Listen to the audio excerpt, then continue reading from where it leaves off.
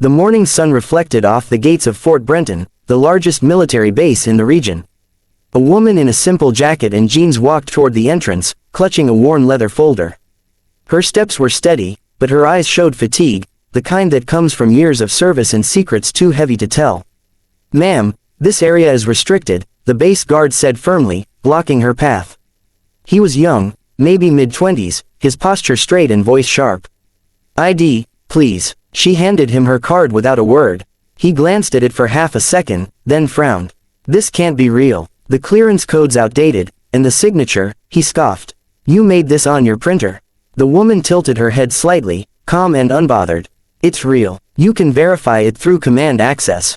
The guard laughed. "Lady, do you know how many people try to fake their way in here? I'm not running a background check on every stranger with a story. Step back before I call security."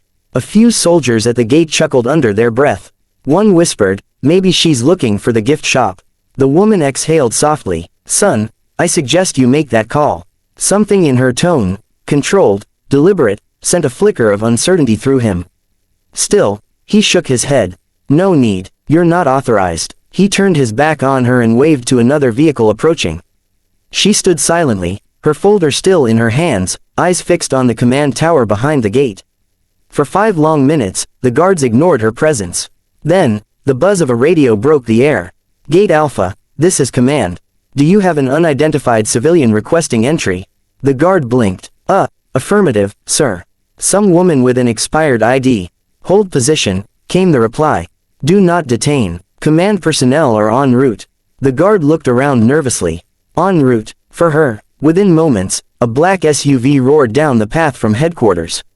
Soldiers at the checkpoint stiffened.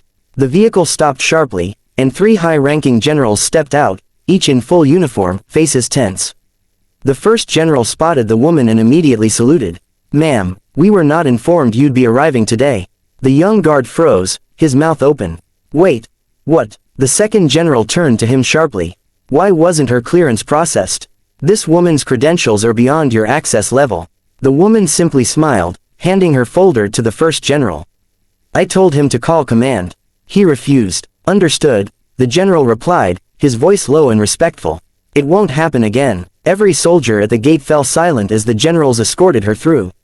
The young guard could only stare, realizing too late that the woman he had mocked wasn't just another visitor, she was someone whose name reached the top of every security clearance file on the base. And now, everyone knew it. Inside Fort Brenton, the air seemed to tighten with every step she took. The woman, still in her plain clothes, walked between the 3 generals as the echo of their boots filled the marble-floored corridor.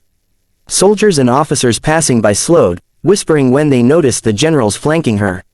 No one had ever seen them escort anyone like that. At the end of the hall, the generals stopped outside the command operations room. One of them, General Harlow, cleared his throat. "Ma'am, if I may, the staff weren't informed of your arrival." "We would've." She raised a hand gently. "You weren't supposed to be. This is a level 7 audit, direct from Joint Command." The generals exchanged quick glances. Level 7 meant classified above most clearance levels. Even they didn't have full access. She turned to the nearest aide. "Open the ops feed." Within seconds, the large digital wall lit up with the base's entire network overview, security grids, personnel logs, live camera feeds. The officers in the room went silent.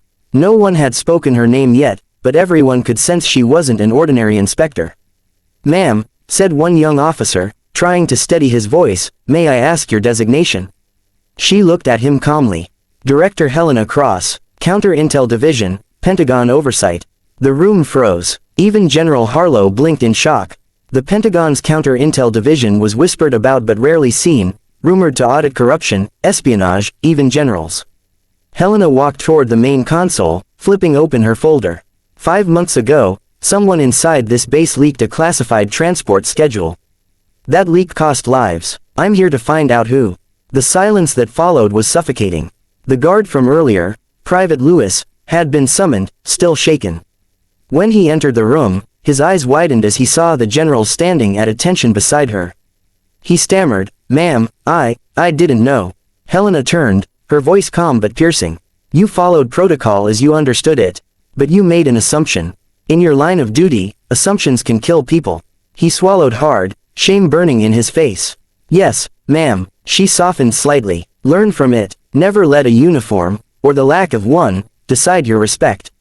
Then she turned back to the generals. From this moment, this base is under direct audit. No communications leave without my clearance. Her command carried weight, unshakable and precise. Officers scrambled to comply, locking down systems and securing files. As the door shut behind her, whispers filled the corridor. She's Pentagon, here. The guard almost turned her away. By the time she reached the operations briefing wing, the entire base knew the story. A woman in plain clothes had been denied entry, and within minutes, 3 generals had rushed to escort her in. But what none of them knew was that Helena Cross wasn't just investigating a leak. She already suspected where it came from, and one of the generals walking beside her was on her list.